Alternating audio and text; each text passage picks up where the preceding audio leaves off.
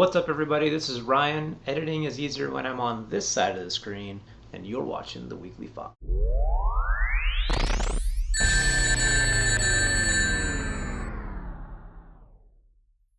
Alright, starting out the news this week, Morrowind and Oblivion may be coming to Skyrim.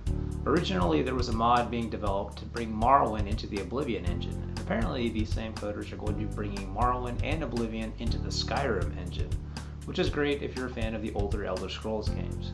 So brings up a good question, as when Skyrim originally launched there were two gates that were found, one leading into Cyrodiil and one leading into Morrowind, or I guess in this case what would be Morrowind and what would be Cyrodiil. Originally fans raved and ranted and raved about the fact that possibly Bethesda might be releasing Cyrodiil and Morrowind as DLC for Skyrim, but there were many skeptics as well. The other angle of the argument was that maybe these were left open for modders who wanted to add these other provinces into the land, and then they could have this convenient gate to connect these new mods. At this point, who knows? Bethesda hasn't commented on whether or not those gates are purposely there for DLC or for the modders, but as it looks right now, they're probably going to be just for the modders. And in other news, World of Warcraft's Mists of Pandaria expansion has been released. Not only does it allow you to play as a panda, but it also brings back some of that lighthearted charm that the game used to have before the last few expansions destroyed everything. And from the I don't have a life category, apparently somebody has already hit the level cap of level 90 within hours of the expansion being released. I'm sure your mom and or robot girlfriend is very proud of you. Hey, do you remember Zone of the Enders? It was that game that came out on the PS2 that had the demo from Metal Gear Solid 2. You know, the one that you rented so that you could actually play the demo from Metal Gear Solid 2, or possibly bought so you could play that demo? Well, history is repeating itself again with the new HD collection of Zone of the Enders coming with a demo from Metal Gear Solid Rising. I'm not really sure if we're going to fall for the same trick that we did back in the early 2000s, as with the evolution of digital distribution. It's more than likely that the demo will be released on Xbox Live and the PSN shortly after the Zone of the Enders HD collection comes out.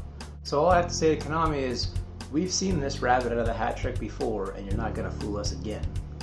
Sony has announced that it has its new Day One digital service. Although all of you keen-eyed PlayStation users have probably already noticed that Sony has been releasing games Day One, only certain titles here or there, they decided to finally give it a name and give it some marketing, because hey, we're the only ones on the consoles doing this, so we might as well brag about it. So far we've had Borderlands 2, we're going to have Need for Speed Most Wanted, NBA 2K13, and a pretty substantial list of titles which can be found here to the side of me. We'll be releasing Day One on the PSN, which is great, but as some of the Borderlands fans found out when Borderlands 2 launched, it released Day One. Day One, not midnight, like everybody else was selling it. So if your buddy went and bought a physical copy at midnight and he wanted to play Borderlands 2 with you, but you got yours digitally and yours didn't get updated till later that day, then you couldn't play with him later that. So what I'm really trying to say is, Sony, you're headed in the right direction, and you've apparently heard of this thing called Steam. Now let's take us another step forward and actually use Steam and see how it really works. Alright, and the last bit of news I have for you guys this week is Nintendo Power has come to an end. After 24 years of printing magazines and bringing the latest and greatest in Nintendo news into your house, Nintendo Power is closing its doors. It's unfortunate to see this go. I was more of an EGM fan than Nintendo Power growing up, and I was really sad to see EGM go when they decided that they were going to stop printing. But then I realized something. When they re-announced that EGM was coming back, I got extremely excited and initially signed up for a subscription. But once I got about 2 or 3 issues in, I realized that I get all my gaming news and information from the internet now, and there really isn't a place for print magazines anymore in my gaming news consumption. It's unfortunate, but it's a true case for most gamers. So the natural progression would be for Nintendo Power to move on to the internet, maybe become Nintendo's official blog or official news site, whatever the case is. But as is right now, Nintendo has no plans to do anything with the name, and they're relying on the Iwata Asks and various outlets on Nintendo.com to release news, rather than to streamline it down into one simple blog form. I think this is a mistake on Nintendo's part. Nintendo Power is a brand name that's well recognized in the gaming community, and it's something that definitely should be preserved.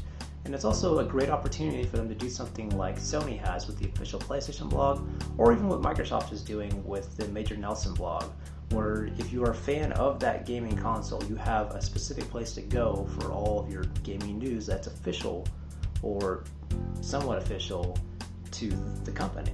So that brings us to the question of the week. What do you think Nintendo should do with Nintendo Power? Do you think Nintendo Power should just be done, over with, forget it? That's so 80s.